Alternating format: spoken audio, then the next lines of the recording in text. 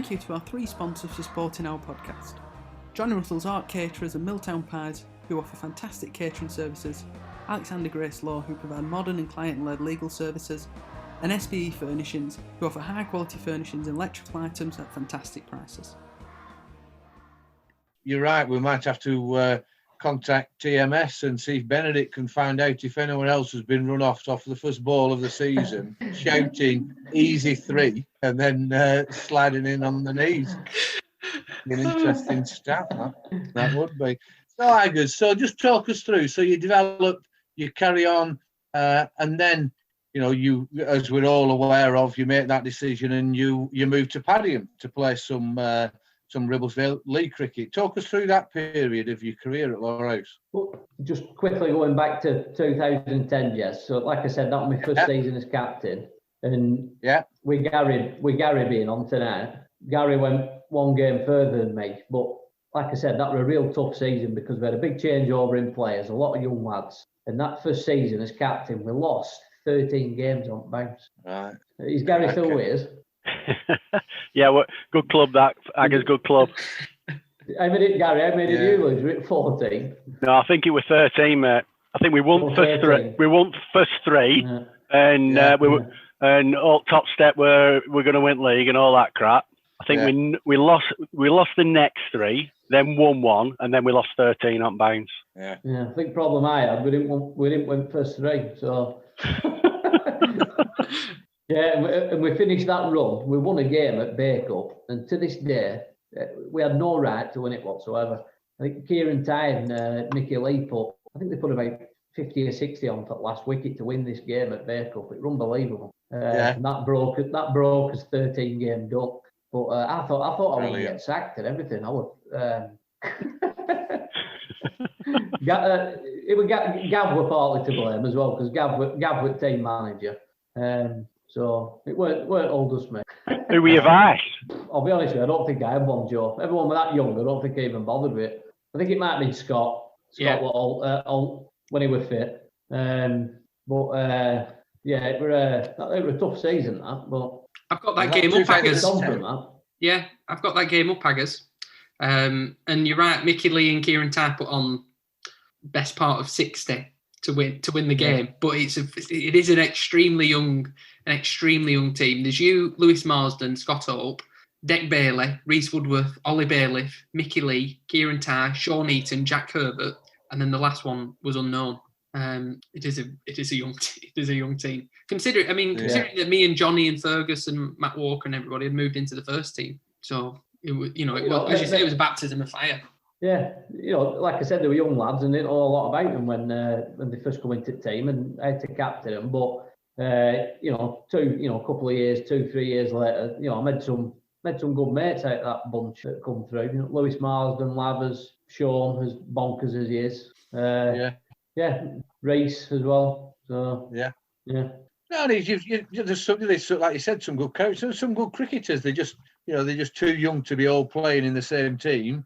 Under a young captain who's probably not getting much support if you've got Gav as you manage. Well, we brought Waity signed for us. We brought Waity in. So Waity had come from Belvedere. We just needed a bit of experience, and everyone were on board with it, including Stan. But when it come to, I don't know if he'd played before this, and I think the game were at Burnley, but Stan had a massive hissy fit because it wouldn't surprise me if it were in the middle of this run or season after when we were struggling a bit, but we were desperate for a bit of experience, absolutely desperate. So me and Gav, and all team selection used to be done over email back then. We'd be emailing back and forth during the week, which were a bit of a ball ache, but and me and Gav said, right, we're picking Waity, we need some experience, Gav manager, I'm captain, we want to go with Waity. Stan threatened to resign from club completely if we pick Waity in front of Oliver Bailiff. He went absolutely berserk. If you pick John Waite in front of Oliver Bailiff, I'm finished with this club. That is me done. You hear him saying it, can't you? Yeah. But we picked him, and he's still here now. So.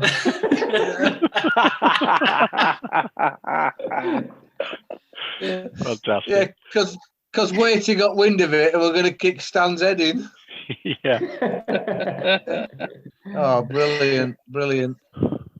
So Haggers, talk us through that period then. After you've had the captaincy, you've done a great job. You brought players on. I know you talk about the defeats and how difficult it was, but that experience, it really holds well for the players who were young players playing under you. So talk us through the Padiham side of things. Padiham come about because, like I said, the bunch of young lads that had started to captain, and then I stood down as captain. I think 2013, 2012, 2013, we had a really good dressing room. We had a great dressing room. And we had a really good side as well. There's a photo that went on the website 2 or 3 weeks back, and it was from a game at Ramy. And you look at the players that were in that team, and you look back and you think, we did finish second that season, but you look back and you think, well, how did we not win league? How did we not win? How did we not win a cup with that team? And the problem we're getting that team out every week, and that's the problem you've always got in second team. You're wide open to losing players to first team. You're wide open to people being on holiday, people being injured. Before you know it, you can lose 4 or 5 players. So we had a really good dressing room for a couple of years. Like to Lewis, Scott Hope, Lathers, Sean Eaton, Reese, Cos, and just as everything that dressing room just got broken up in no time. Cos moved away because of uni, I think.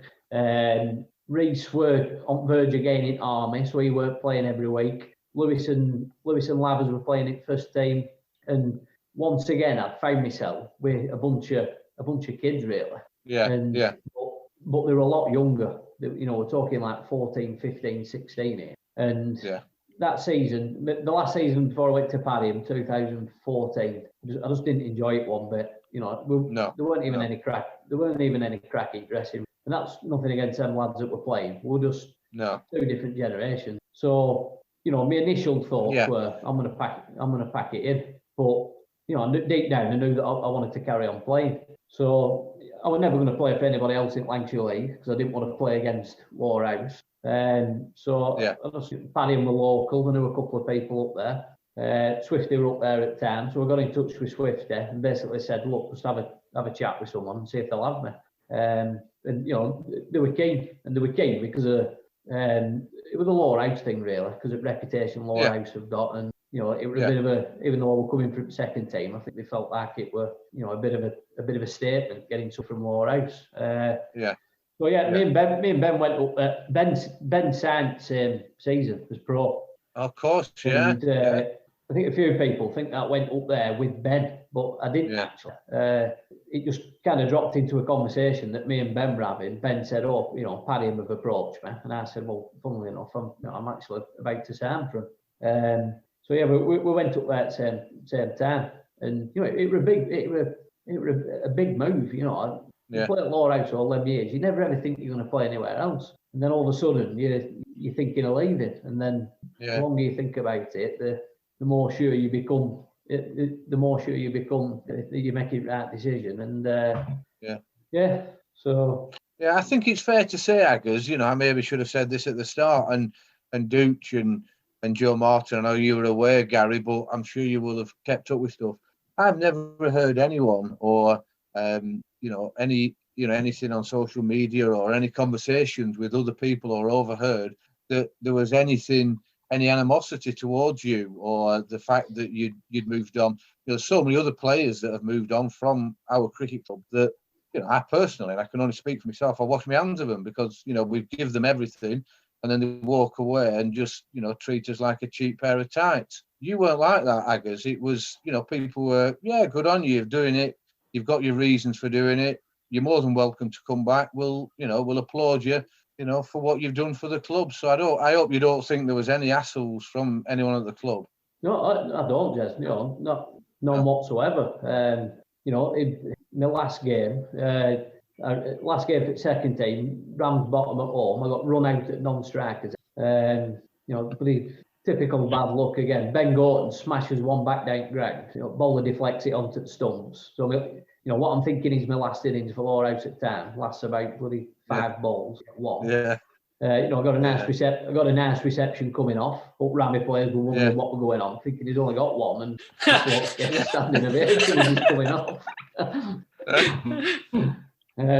That's got a few beers that night, bit of a leaving do, and off up to Padiham it were. So good. So how did you find it in Ribblesdale League? Tell us about that experience. It's a completely different league, Jess. And there's always these arguments on Twitter and Facebook, what have you, and going on about standard. And obviously, Ribblesdale League will get protective of their league, Lancashire League will get protective of their league. But I don't think you can compare two really, because there's two different completely brands of cricket played in, I think. And I think that's down to the size of grounds. I'll never forget. I remember watching the season before I went up to Padiham, because I knew I was signing. I went up to watch the last game of the season, and they were playing Brooks Bottom. And Brooks Bottom weren't that good, to be honest, but they'd still got about 280 on Padiham. And because it was the last game of the season, I think Padiham were treating it as a bit of a nick and a giggle. Jimmy Gray opened batting for Padiham, and he opened batting. He got 12 off 2 balls, so he hit first 2 balls at the game for 6. And he ranked 3rd ball. And I must admit, I was sat there thinking, I thought, what is going on? But, looking at it for what it were, it was last game of the season, and it was a bit of crack. Yeah. But there's a completely different brand of cricket played. And I remember speaking to Orky after a few games when he'd gone pro at Great Harwood. And he said, I've got people smacking me back over my head for 6 in first over at game. He couldn't get his head round it. But that's what it's like in that league. And like I said, I think it's come because of smaller grounds. People just look to it's a lot of sixes and a lot of boundaries. Yeah. And from a standard point of view, in my opinion, and some people will disagree with me, but especially now with 2 divisions in Lancashire League, the Lancashire League is a better standard. And I think the main reason for that is you've got more strength in depth in Lancashire League teams. In Ribblesdale League, if you get down to 6 or 7, you'll roll them pretty quickly, as long as you hit your foot, you don't take your foot off gas and you don't do anything silly. Whereas in Lancashire League, there's a lot more strength in depth. But in Ribblesdale League, the top 4 or 5 batters, in most teams, and your first couple of opening bowlers, they're a good standard. There were some really good players in the league when I was playing in it. Yeah. So you enjoyed your time there. Is there any? I mean, obviously, we won't be able to relate to any of the characters. Are there any stories that you want to relay around any of the games whilst you're in the Ribblesdale League? So a good mate of mine now, Callum Clark, who plays up there. When I first got up there, to be honest, I was expected to start each seconds and maybe put a couple of scores in each seconds, but I was straight into the first team. Remember debut against Exton, actually, and Frankie were pro for Exton. Yeah. But I was opening batting with Callum, and this weren't for on the field reasons. But Callum were an absolute nightmare to open batting with, because he was very rarely ready to go out and bat, especially at home. So I remember it probably the first time we'd open batting together. We're up at Padiham, and Callum's one of them. He does it. He's taken a bit of a step back now at Padiham, but he used to do absolutely everything. He'd be cleaning toilets, he'd be working back by, he'd be making teas, he'd be doing everything, which is great, but don't do it 5 minutes before you're going out to bat. So I'd be sat there ready to go, and I like everything to be nice and settled. So whoever's batting with me, I want them to be ready as well. But they're like 3 minutes before we're meant to go out to bat, umpires are starting to make a move. And Callum would be behind the ball, like pulling bands. It really put me off. And I'd be thinking, what is he doing? He's driving me up wall here. It put me off. Not getting one for you. Well, majority of the time, Gary, I could have had one 5 minutes later, so but what about this umpire thing? The umpire thing, I've always been a bit of an hot head after I get out anyway, because it's just my way of dealing with getting out, really. Especially if I've got myself out or you get a bad decision. But I'll throw my bat, I'll throw a bit of kit and let off a bit of steam, and then I'll get on with it. Different people deal with it in different ways. But we're playing at Great Harwood, and Alty was sub-proing for Great Harwood. So got off to a decent start. Stuart Mayo, other opening bowler. and Alty comes on. A good test, good player is Alty. So I've got late 30s, probably about 37, 38. We're going really well. But Alty's bowling from end where it's Naeem Ashraf's wife. She's called, is it Yasmin? Yasmin, yeah. Have you ever? Yeah, Yasmin. And she'd done a bit of umpiring at Ribblesdale League that season before, and she'd not got very many complimentary reports, captain's reports, should we say. Some questions about the decision making and what have you. So Alty's all over this, absolutely all over it. So every time it hits pads, anytime it's anywhere near, Alty's he's literally down on the floor begging. When she says not out, heading and. But when he's walking past me, he's like winking at me every time, and she's not looking. He's proper laying it on thick, and I'm thinking she's gonna cave in here. Absolutely, she's gonna cave in definitely. So she definitely fire something. Anyway, lo and behold, who is it? A couple of overs later, it's me. So I've absolutely middled one onto the middle of my pad. Absolutely middled. Never even looked at her. Alty's down on one knee, giving it big appeal. I've not even looked at her. weren't even bothered, and she's fired me. So, and even though I've been a bit of a bat thrower and pad thrower after I've got out in the dressing room, I've never said anything to an umpire at all. I can't remember exactly what I said to her, but it weren't complimentary. And I couldn't calm down. Like normally, after about 10 minutes, I've calmed down a bit and absolutely furious. And I was shouting stuff out at the dressing room onto the pitch. I just absolutely just completely lost it. Probably the only time I've ever reacted like that on the cricket pitch. But I think it was because proper grafted against two good bowlers, and I knew it were coming. I knew she was going to give one. I knew she was going to give in. It ended up being me. But that's the story behind that one. But then he come back on that. There weren't, Gary. No, honestly, I was absolutely amazed. I were when we got back to Padiham, I was apologising to Callum. I said, no, Callum wasn't captain. I think second season. Robbo was captain that season. Rob, I don't know why I was apologising to him for losing my rag, because Robbo spent half of the season banned. But but yeah, I was apologising to Malcolm, who was in charge of selection. I said that was bang out of order. I was expecting a ban. I thought, just get all the apologies. Hopefully it'll dampen it down a bit. But nothing ever come of it. I couldn't believe it. It was as if she knew she'd made a massive cock up and thought, well, I'm not going to report it because I've just had an absolute shocker there. I don't know. Yeah. No, I had a great time up at Padiham, and I knew after a couple of net sessions, winter nets, that I'd made the right decision. It was a good set of lads, and especially the first couple of years, we had a really good set. Ben were pro. We had a South African lad there called Brannan Varley, who were a serious player for Brannan. Big South African lad, ball quick, could bat properly, hit a big ball, catch pigeons at first slip. Kurt Robinson at keeper, good keeper. Nathan Whitehead were up there, on his day. Great player is Nathan, bags of ability. Yeah. And we had a really good side. We're in bottom division, and top two got promoted. And so we're there 3 years. We finished second every season, but we only got promoted once. So we finished second in the first season. First season. We got shafted because Brooks Bottom and Edenfield left league. Yeah. So we ended up in a playoff with Cherry Tree and got absolutely hammered over at their place. Yeah. Second season we finished second, and then we got a points deduction and a fine for playing a dodgy Aussie that we signed halfway through the season. And the third season we actually got promoted. That's when I was captain the third season. So yeah. No, it's good on you. Good on you for going out often, and enjoying the cricket through then. We've got, we've asked for a few questions and, through Twitter and other places to run by you. We'll maybe finish off on, how things are now for you and how your cricket's looking over the last 3 or 4 years.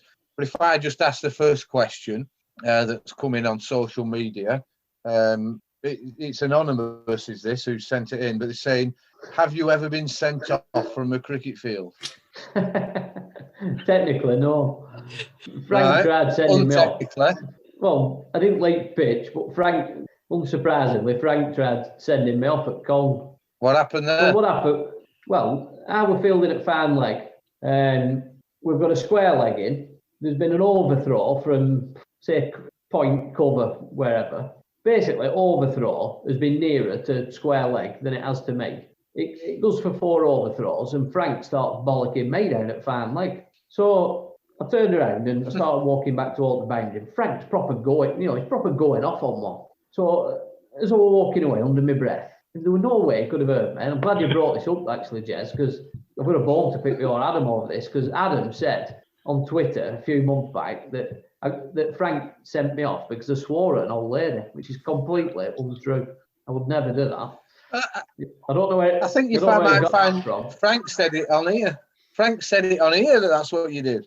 Is that what he said? He said it on a podcast. Right. Well, honestly, I can't even remember an old lady being there. But basically, I told under my breath, I told Frank to fuck off, and he couldn't have heard me. But all of a sudden, he went, right, that's it, get off. So I'm stood there on my head shouting, I'm not going anywhere. And he won't carry on with game until I've left, until I go off pitch. But it turned into like a battle of wills. I just thought, I'm not going anywhere. I'm not sending me off. So I stayed on and carried on playing the rest of the game. But did he not say you weren't going to open batting as well or something?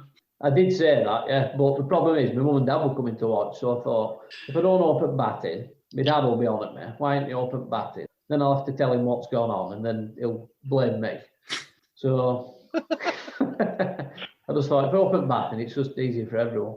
Yeah, so that story can probably roll on and on because it's completely contradictory to what Frank said.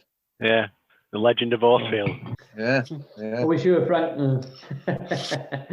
So then we've had another message in just to relay this and see if you can give us your version of events around this. Me and Haggers went to Trent Bridge for the Saturday to join other members of Lowerhouse Cricket Club for a test match when England retained the Ashes and Broad bowled Australia out. The game was possibly going to be over on the Friday, I think it was, but it didn't. They needed half an hour or an hour's play on the Saturday, so we went to watch this. England got the 3 wickets they needed, so we went off and went on the piss. Do you want to take over the story? What happened there, Haggers? I could probably guess who that is because there were only 2 of us that went down there. Yeah, so and I think why is he not on this podcast, Haggers? Well, I said earlier, one of the things I was looking forward to is when I've been listening and when Stanley's been on, I've been wondering how his head fits on that really small screen. So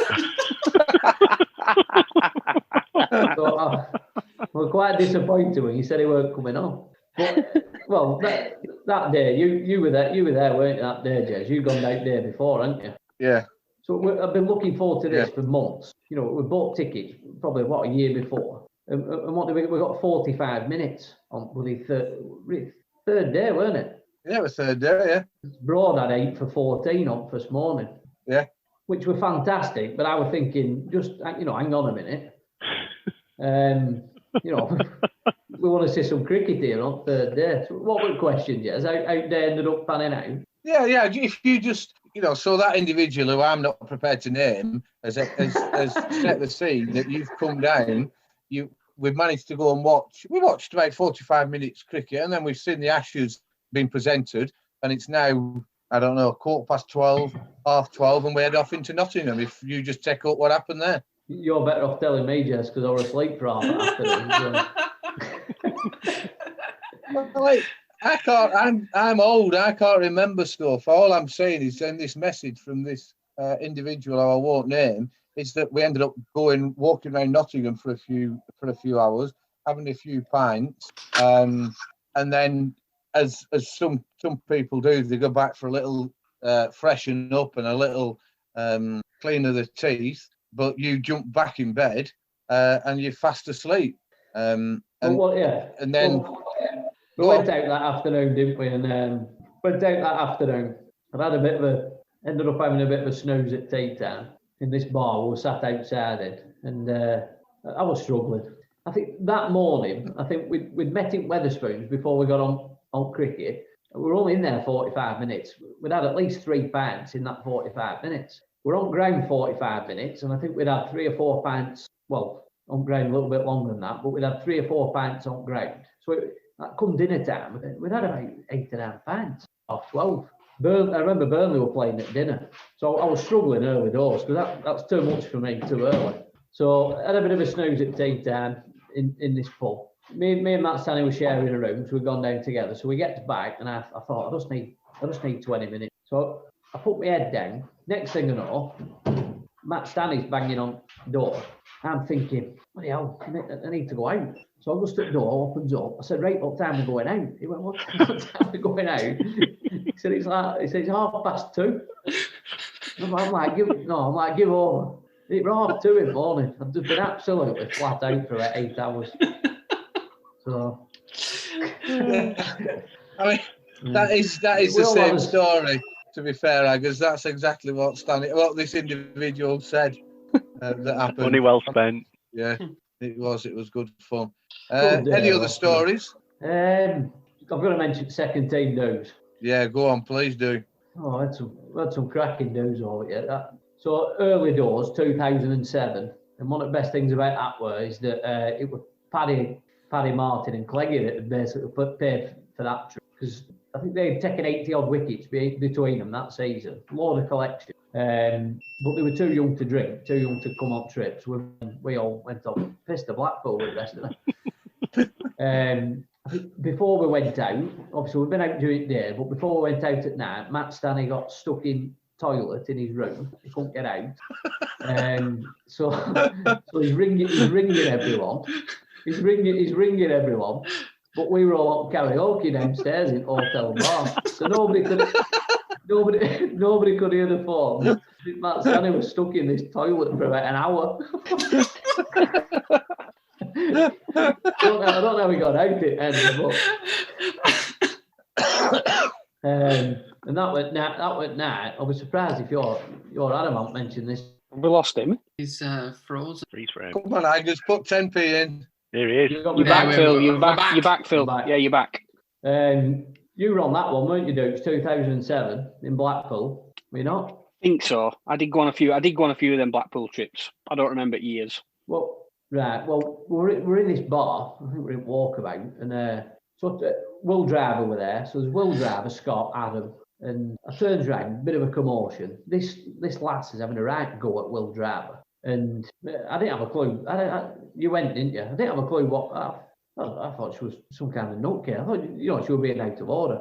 So I've had a few beers. Obviously, should have just stayed out of it, but. Oh no! I really want to know what happened. Suspense is killing.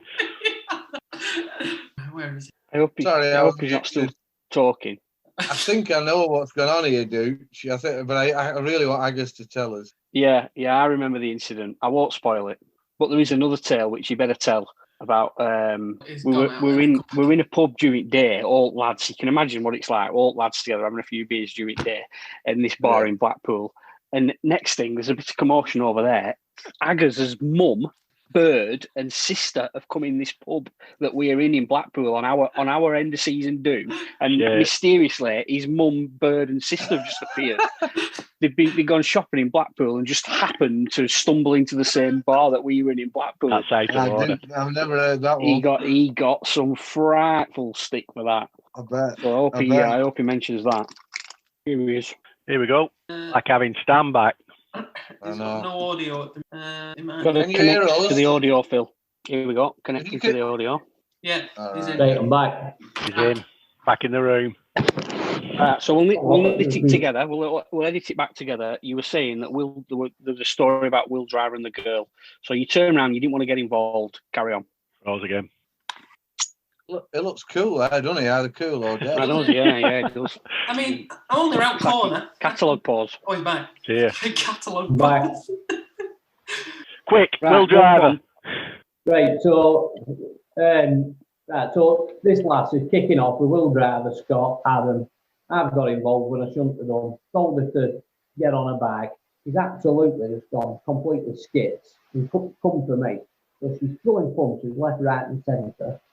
I'm there trying to shield all these punches. And I thought she'll stop in a minute. She won't. Next thing, arm on shoulder, bouncer's come over.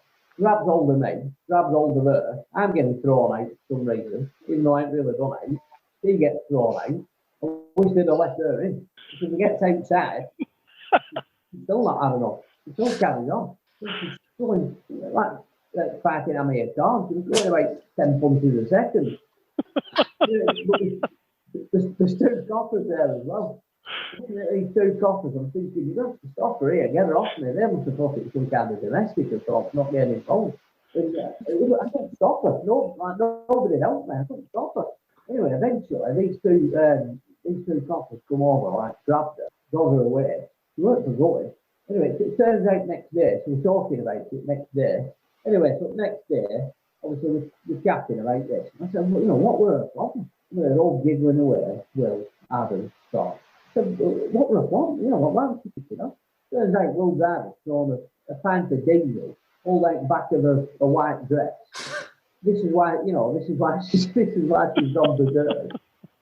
I've turned round, come into it halfway through, told her to get on her bike. Obviously, ended up getting 10 rounds. Ended up getting, she looked like olive oil. She was a dead ringer for olive oil. I've got that tasty. Yeah. Brilliant. But yeah, that's some great tracking trips on second team does. Yeah. Let's have a bit of a break for a few years. There's nobody old enough to drink, but.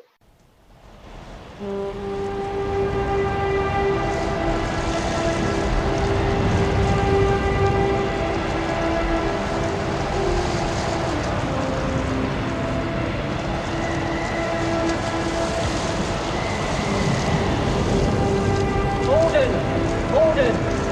Send more house to save the house! Come on, the house! Hey, boys. That's all right. That's your audio's okay now. I'll turn you up a bit. Yeah. Haggers, just do a testing 1, 2 and count to 10. You take it piss here, I reckon you nearly had him there, Jess. Very, very nearly. It was just a good pause.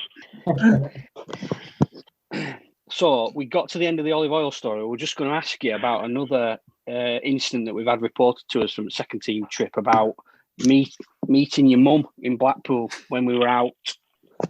Well, I got proper stitched up there, didn't I? Well, I don't know. You tell us. Oh, yeah, because that was 2008. So we were all on trip in Blackpool. And Charlotte, my missus, and my mum and my sister had decided to go shopping to Blackpool. I don't know why. Coincidental, that, isn't it? So basically, they ended up in that, what's it called, that right rough bar in Winter Gardens. Tower bar. Tower, yeah. So they ended up in there, didn't they? And, Gav were beckoning him over, weren't they? Getting chairs for him, and obviously I just got absolutely pissed. Ever the gentleman. Yeah. So I got stitched up. I mean, we've got two older lads on here. What do you think that could have ever happened in your generation? You've gone on a lads trip, and one at lads' mums and girlfriends have turned up to join you for a few drinks in the afternoon. Crashing it live, no. Never. Never. They No, weren't allowed to which country we were going to. Exactly. I just said exactly the same. They didn't even know where we were. Modern technology. Yeah. Yeah. Yeah, laggers there. That's not good for them, that. Good trip. One with second thing. So. Yeah.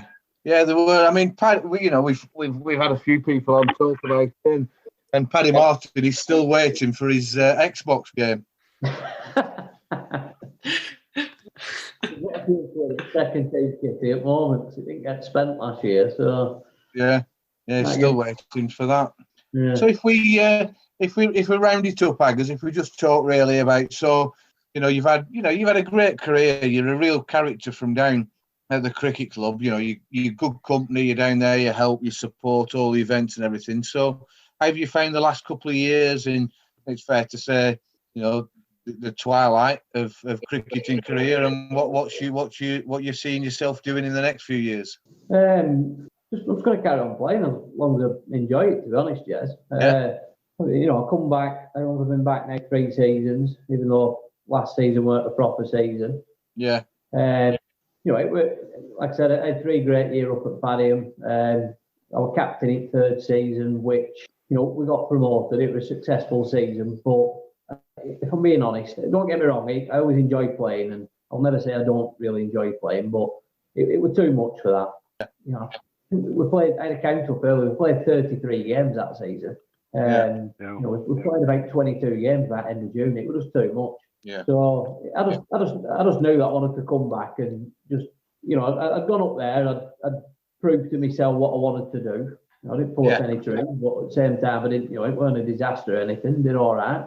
The big thing it weren't just the case of coming back. I had to step down from captaincy as well, which obviously complicated it a bit because I didn't like just doing it for one season, but I had to knock it on head. And once I'd done that, I knew that I wanted to come back, and it's been great since I come back. I'll be honest with you, one of the reasons I come back is because Joe was playing again. Joe come back out of retirement, so Joe was playing in seconds. What I didn't realise is the arrangement that Joe had, where he can only play when he can be asked. So I thought it would be great playing with Joe every week, but we don't play with each other every week. Probably play with each other once every 2 months now. But I'll be honest with you, it took a bit of settling in when I come back because once again it were a bunch of young lads. I didn't really know them. Jordan was captain, so that was an experience. So it took me a few games to settle back in. And we didn't have a great first season back. We didn't have a great season.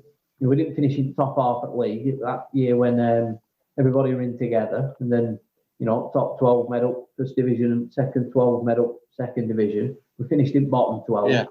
To be honest, we're a decent side, but we maybe could have scraped into the top 12. But probably being in that that bottom division and just having something to compete for to get out of there, was a good thing for that second season. Yeah. Obviously, your Matt come back to captain second season. Got promoted second season, finishing second. You look at the team we have. I know it's shoulda, woulda, coulda, but once again we should have won that really. But for some reason, Haslingden have become a bogey thing. Never mind, can't beat them. Every time we play them now, we're just absolutely awful. We get hammered every time we play them. Yeah. And they won't leave that. They won that second division that season. Yeah. But you look at the team we had that season. Like I made a note earlier. For half the season, we had Dom Stewart and Joe Olstead opening bowling, and then majority of the time we weren't even chasing triple figures. We were rolling teams out for 80 odd, 90 odd every week. And so the main thing we're getting back up into that top division, which we did. But then obviously we haven't played any proper cricket in that top division yet because of what's been going on for the last 12 months. And it was good that we managed to get some games in last year. I know some people were keen, some people weren't. I was always keen to play because I wanted some kind of normality.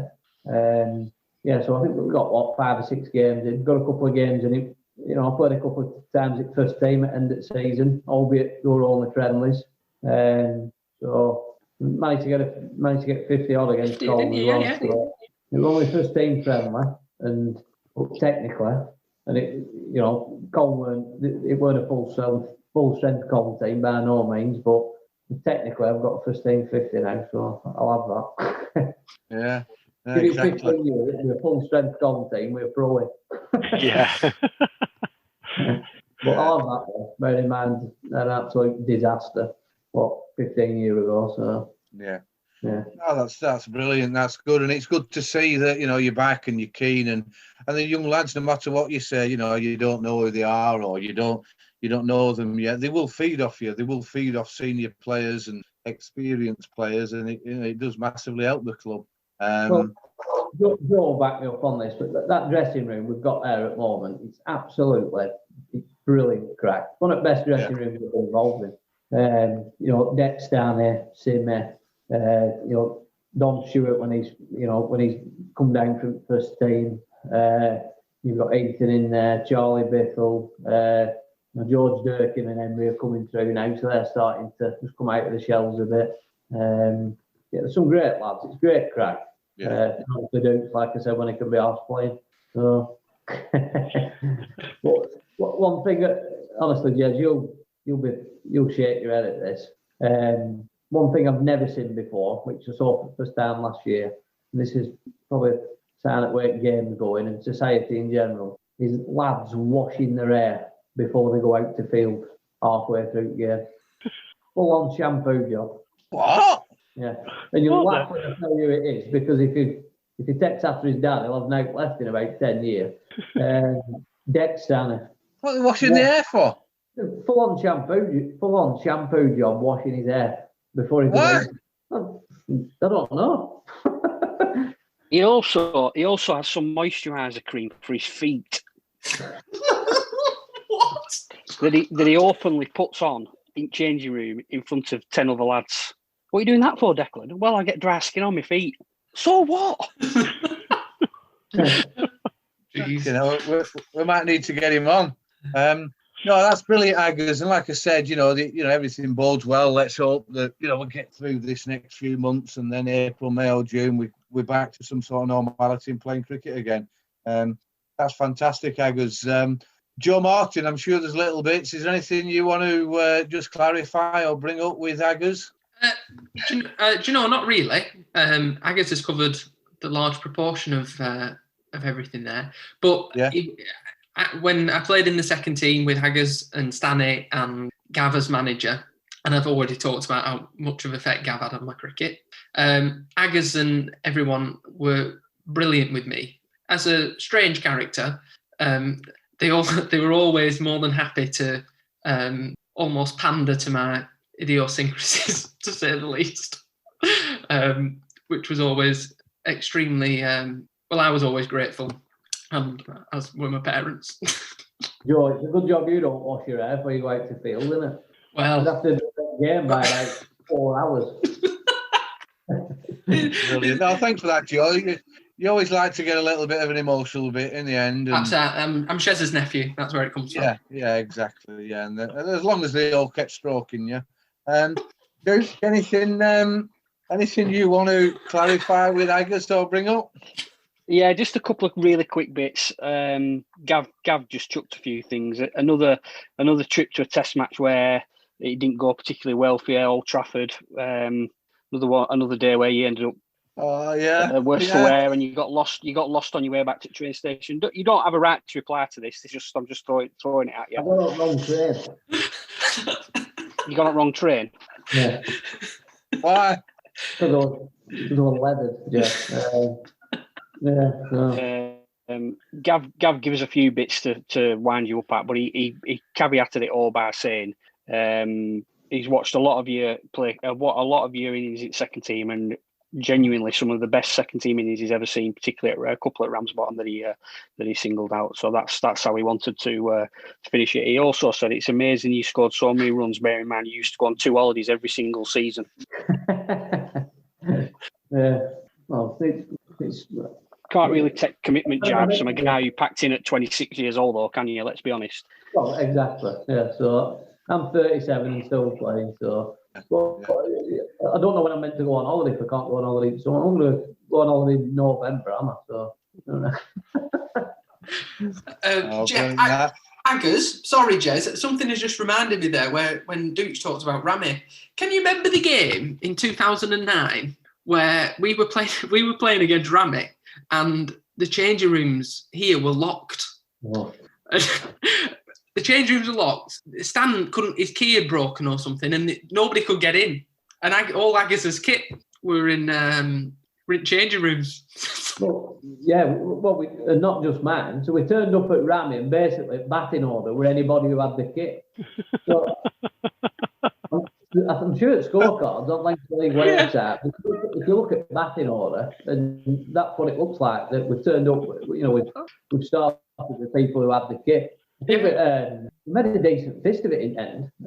Yeah, we did. That was, like I said earlier, that was second season when my eyes had started going. I'd had a nightmare of a season, and I think I got 150 off the back of my bat. We're really struggling. And I got about, me and Matt Doherty put about 100 on that. Yeah. I got like 40 odd not out. Yeah.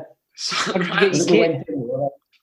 We went in, I think we were about 20 for 4, and who opened batting? So Mickey Lee opened.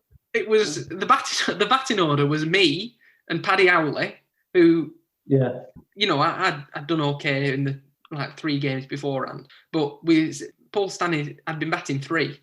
Paul Stanley said, well, if we send Joe in, you know, we'll be steady, and then when they get back, we'll be all right. I was out 3rd ball.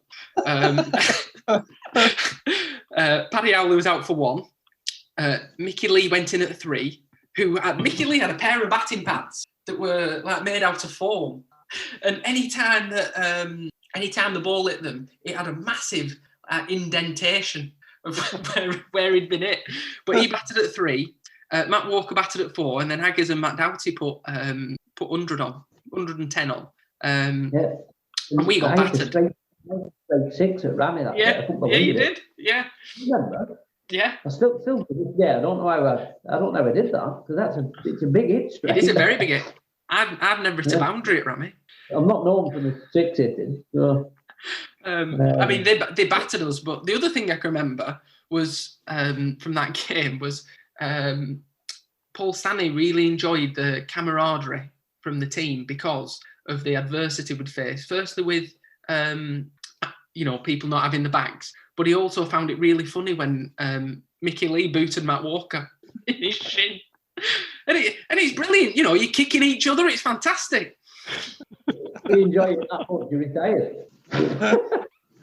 Yeah. Oh, brilliant. Oh, good story. So Stan's at fault again for locking all your kit away. Yeah. Always manages to creep in, doesn't he? Yeah, he does. So, Gary, have you anything to finish off with before we say good night to Haggers? I don't think so, Jez. No, we didn't. I don't think our paths crossed a great deal, did the Haggers there? I think I spent more time with your old fella than you, probably. So, you're right. But always good watching you coming through. Yeah. Cheers. Yeah, no, it's brilliant, Haggers. Say again. One thing I will say is, obviously, from a first team point of view, everything went, massively wrong, and that if you have a look at my average, it speaks for itself, and I could have got more of an opportunity, but that's by the by. Obviously, after a while, I realised that that was never going to really happen in first team, but I started to enjoy, the young lads coming through, and I thought, if I can have a word here and there, and it sticks with them, and it helps them, if it helps them, move on in their career, and it helps them further on in their career, then that's good enough for me. And I know it sounds corny, but I have genuinely enjoyed seeing Joe go through seconds into the first team, Matt Walker, Fergus Bailey, Depp Bailey, Johnny Whitehead, Paddy. Genuinely enjoyed seeing them come through second team. Oakie as well. Oakie were one at first to go through second team and into the first team. Genuinely enjoyed them, especially when they go to win first team leagues and Worsley Cups and that. And I've taken a lot of enjoyment from that. So and I genuinely mean it, that they take a lot from playing with yourselves. There's been quite a few players like you that have maybe not made a full career in the first team, but you've definitely contributed to getting these players through. So all credit to you, Haggers. So thanks so much. There's some stories there. I'm going to have a re-listen to that James Anderson one, because that was funny. There was about 4 stories within one story that I'll continue to listen to and laugh my socks off. That was absolutely brilliant. So, Haggers, thanks very much for giving us your thoughts and your memories around Lowerhouse Cricket Club. Stay safe, pal, and we'll look forward to having a pint, hopefully in the springtime, and see you then. All right, everyone. See you soon. Thanks a lot, chaps. Cheers.